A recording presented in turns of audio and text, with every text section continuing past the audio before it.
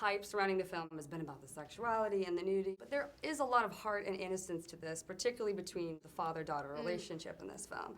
And I was wondering, how do you think that relationship feeds into and influences, however indirectly or directly, the rest of the story and all of the things that happen?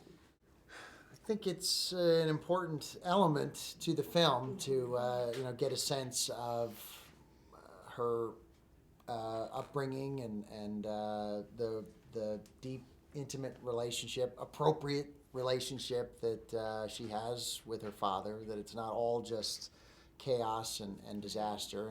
And of course, then once she loses her father, I mean, I think it's extraordinarily painful and definitely leaves a void and a space within her that she spends a lot of time trying to recapture and fill. I think, no, he's really good at answering questions. All right. Pretty good. All right, thank you. Well, you mentioned his death being, having such a huge influence on her, and those scenes at the end of Volume 1 where you're on your deathbed, Right. they're so harrowing to watch. I was wondering how you even began to prepare for those scenes. It's funny because reading the script, a lot of it was, obviously it's a lot of description, there wasn't a lot of dialogue in those scenes, so you read just a sentence, a descriptive sentence in the script, and the great thing I think about working with somebody like Lars is he was really wonderful about taking a lot of time. I don't think either one of us felt any pressure to we never felt rushed. It was just all about capturing the moments and keeping things very organic and raw. And the other wonderful thing was that he let the camera roll, and we didn't rehearse a great deal either. It was like, I think you came in prepared, I came in as prepared as I could be for that, and he just turned the camera on and let us go.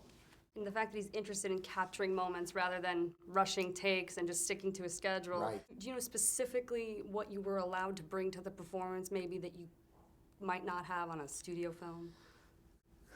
I think, I mean, for me, I think it was just that, like just when you're working on a studio film, you get, all right, we've got to shoot 8 pages today, let's just get it done. And here it was more about, like I said, just let's get the moments. And I don't care. He was very clear about letting us know that there was no hurry.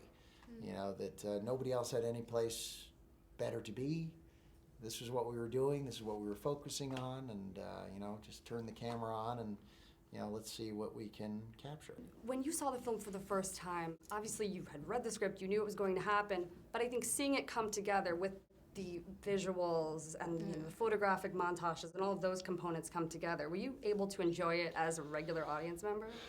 It's one of those kinds of movies, I think, where, and I think Lars is that kind of director where he just has a unique ability to really pull you in to the film. I mean, from the moment it starts, I was just magnetized into it and got very involved in her character and her journey and all the experiences that she goes through, and even mine. Because when we were making those scenes, I didn't know how he was going to piece all that stuff together. So yeah, for me it was like, oh my God, this is a really wonderful filmmaker, because I did not see how he was going to be able to do it. I'm sure part 2 for you, seeing how your character's grown up and living her life, was quite interesting. Very interesting, and it's something I had no idea, because I had an idea of how my scenes would go, but then to see this other second film, it was almost like a completely different story that Lars was filming, and then to suddenly see that come to life and with the characters, it was. Well, thank you guys so much. Thank you. Thank you.